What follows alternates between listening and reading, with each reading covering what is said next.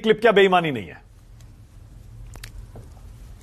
मुझे लगता है कि इस पूरी जो बातचीत है, उस बातचीत को अगर हम संदर्भ में काट के देखेंगे तो बात समझ में नहीं आए। बाबा साहब अंबेडकर, ये भारत के संविधान की और बाबा साहब अंबेडकर की इससे बड़ी जीत नहीं हो सकती है कि जिन लोगों ने रामलीला मैदान पे खड़े होकर बाबा साहब अंबेडकर के पुतले जलाए थे, उनको गालियां दी थी। मैं दोबारा इसको दोहरा रहा हूं, गालियां दी थी। और 1990 में जब बाबा साहब अंबेडकर को भारत रत्न दिया गया था, तब तक एक बार भी कभी आरएसएस के लोगों ने, बीजेपी के लोगों ने कभी भी भारत रत्न देने की मांग नहीं की थी। दिक्कत क्या है?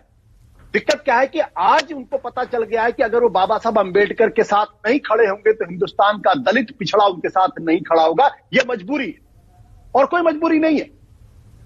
मैं कांग्रेस का पक्ष नहीं लेता, मैं किसी का पक्ष नहीं लेता, लेकिन एक बात मैं कहना चाहता हूं, बाबा साहब अंबेडकर को कॉन्स्टिट्यूएंट असेंबली में लाने वाले कौन लोग थे?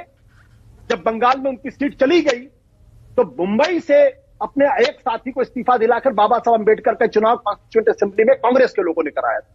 और वो महात्मा गांधी की कांग्रेस, वो जवाहरलाल नेहरू की कांग्रेस, राजेंद्र प्रसाद की कांग्रेस थी, सरदार पटेल की कांग्रेस।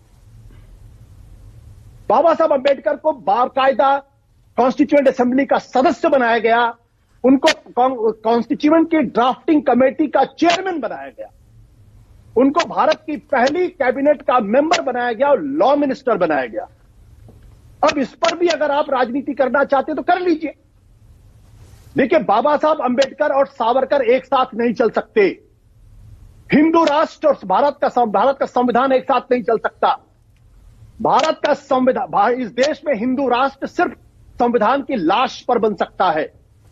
और जिन सावरकर ने बाबा साहब अंबेडकर का अपमान किया था जब भारत का संविधान बनाया गया था, कहा ये तो अपशकुन है, इसको हिंदू कभी स्वीकार नहीं करेगा क्योंकि इसमें मनुस्मृति नहीं है। और बाबा साहब अंबेडकर मनुस्मृति के सबसे कट्टर आलोचक थे और तभी बाबा साहब अंबेडकर ने लिखा था एनालिशन ऑफ कास्ट।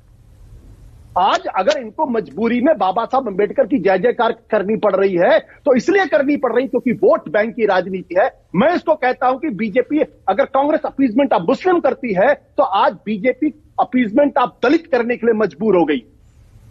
हकीकत यह, जो भी अमित शाह ने कहा है वो ऑब्जेक्शनेबल है, आपत्तिजनक है, नहीं कहा जाना चाहिए। और अमित शाह देश के बड़े नेता हैं, उनको फौरन आके माफी मांग लेनी चाहिए या कहनी चाहिए कि मेरे मुंह से निकल गया, देश बहुत बड़ा है, दलित बहुत बड़े हैं, उनको माफ कर देंगे। नहीं, लेकिन वो तो अगर आप उस जिद पर नहीं, वो आप पूरा अगर सुनेंगे आशुतोष, वो तो ये कह रहे हैं कि विपक्ष करता है, ये फैशन बन गया है, अंबेडकर करो।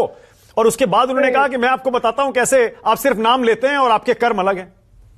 आपको याद होगा कि जब ममता दीदी के बारे में क्या बोला गया था, आपको याद है ना, मुझे बताने की जरूरत नहीं है।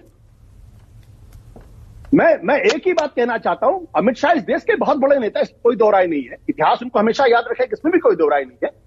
अगर आपको लगता है कि लोगों की भावनाएं आहत हुई हैं तो रिग्रेट करने में और कहने में मुझसे गलती होगी, इसमें कोई छोटे नहीं हो जाएंगे, बिल्कुल छोटे नहीं होंगे। लेकिन अगर इस जिद पे अड़े रहेंगे, बार बार ये साबित करने की कोशिश करेंगे कि बाबा साहब अंबेडकर का अपमान किया गया, तो भाई मुझे बता दो कि ड्राफ्टिंग कमेटी के चेयरमैन किसने बनाया था। अच्छा आशुतोष, एक चीज और बताइए, नेहरू की पहली कैबिनेट, और यही नहीं, श्यामा प्रसाद मुखर्जी को भी कैबिनेट में लाने का काम किसने किया था। आप नेहरू को बदनाम करने की कोशिश करते हैं, इससे ज्यादा शर्मनाक बात नहीं हो सकती है। नेहरू जी ने भारत के लोकतंत्र की नींव रखी, जिन्होंने 9 साल जेल के अंदर काटा, उनकी पूरी लेगेसी को आप खत्म करना चाहते हैं, उनको बदनाम करना चाहते हैं, उनको बेइज्जत करना चाहते हैं। ये हमारी राजनीतिक संस्कृति हो गई है। हमें इस संस्कृति पर गर्व नहीं, हमें इस संस्कृति पर आज बहुत अफसोस हो रहा है कि इस देश के अंदर हम तो कभी गोलवलकर के बारे में उल्टी बात नहीं करते, हम तो कभी सावरकर के बारे में उल्टी बात नहीं करते।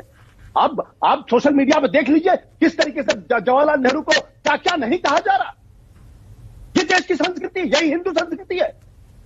हिंदू संस्कृति के पोषक इस तरीके की भाषा का इस्तेमाल करके जवाहरलाल नेहरू को लेकर, महात्मा गांधी को लेकर, अरे कुछ तो कहीं तो लिहाज रखना चाहिए, कहीं तो आंखों की शर्म रखनी चाहिए।